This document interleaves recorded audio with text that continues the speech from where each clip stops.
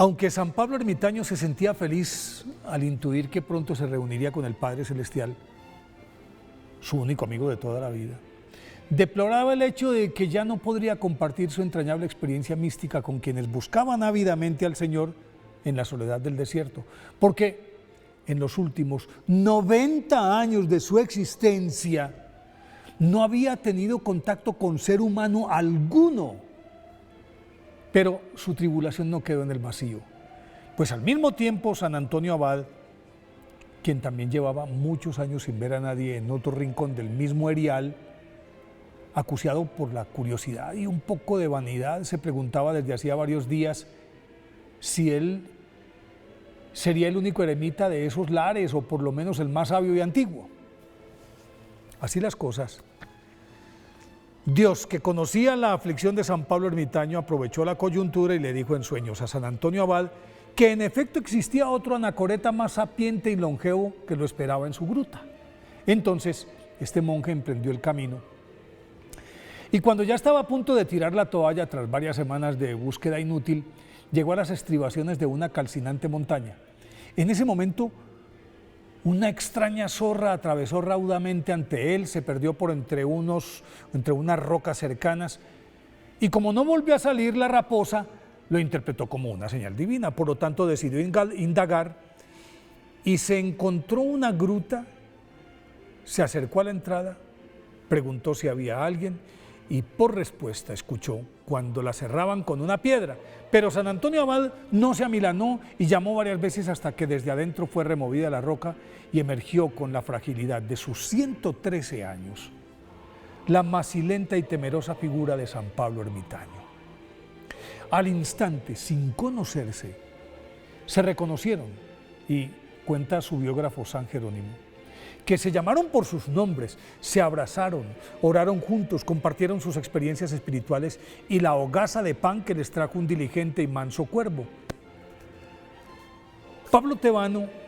nacido en Tebaida, Egipto, en el año 228, formaba parte de una acaudalada familia de la que recibió una sólida educación humanística y cristiana. Al morir sus padres cuando contaba 14 años, heredó una cuantiosa fortuna que compartía con su hermana mayor, esposa de un alto funcionario del Imperio Romano, que a la sazón dominaba Egipto, hasta que su cuñado, aguijoneado por la codicia, aprovechó que en el año 250 el emperador Decio decretó una tenaz persecución contra los cristianos, a los que condenaba a muerte, y como autorizaba que los bienes de los acusados pasaran a manos de los delatores, el marido de su hermana lo denunció con el fin de apoderarse de su patrimonio. Entonces Pablo decidió alejarse de la ciudad para capear el vendaval anticristiano,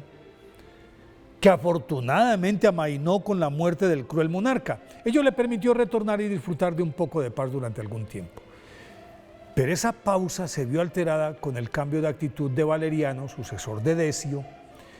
quien en principio respetó la libertad de cultos, pero en el año 257 reanudó la cacería de cristianos y Pablo, espoleado por la ambición de su cuñado, emprendió la huida hacia el desierto, del que nunca más regresó, porque en medio de esa desmesurada soledad entabló un entrañable diálogo permanente con Dios, su único interlocutor durante 90 años. Y en ese lapso, por orden divina, lo alimentó un diligente y puntual cuervo que lo proveía diariamente de media hogaza de pan y calmaba su sed de un hilo de agua que saltaba de una roca en el interior de su gruta. Tomaba solamente un sorbo diario. Esa magra dieta la complementaba con oración constante y recias mortificaciones corporales, que nunca afectaron su salud, y aunque San Pablo Ermitaño ya era centenario cuando llegó a su cueva San Antonio Abad, que ya contaba 90 años, tuvo lucidez y arrestos para legarle sus conocimientos espirituales.